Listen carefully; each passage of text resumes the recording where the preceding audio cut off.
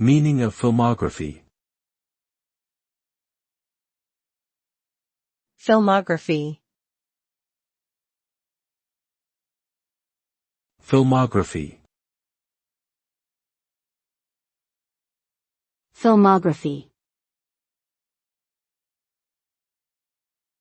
Filmography.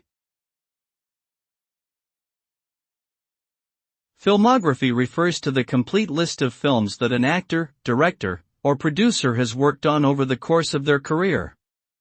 It includes all the films in which they have acted, directed, produced, or contributed in any other way. A filmography typically lists the titles of the films, the year of release, and the role or contribution of the person in question.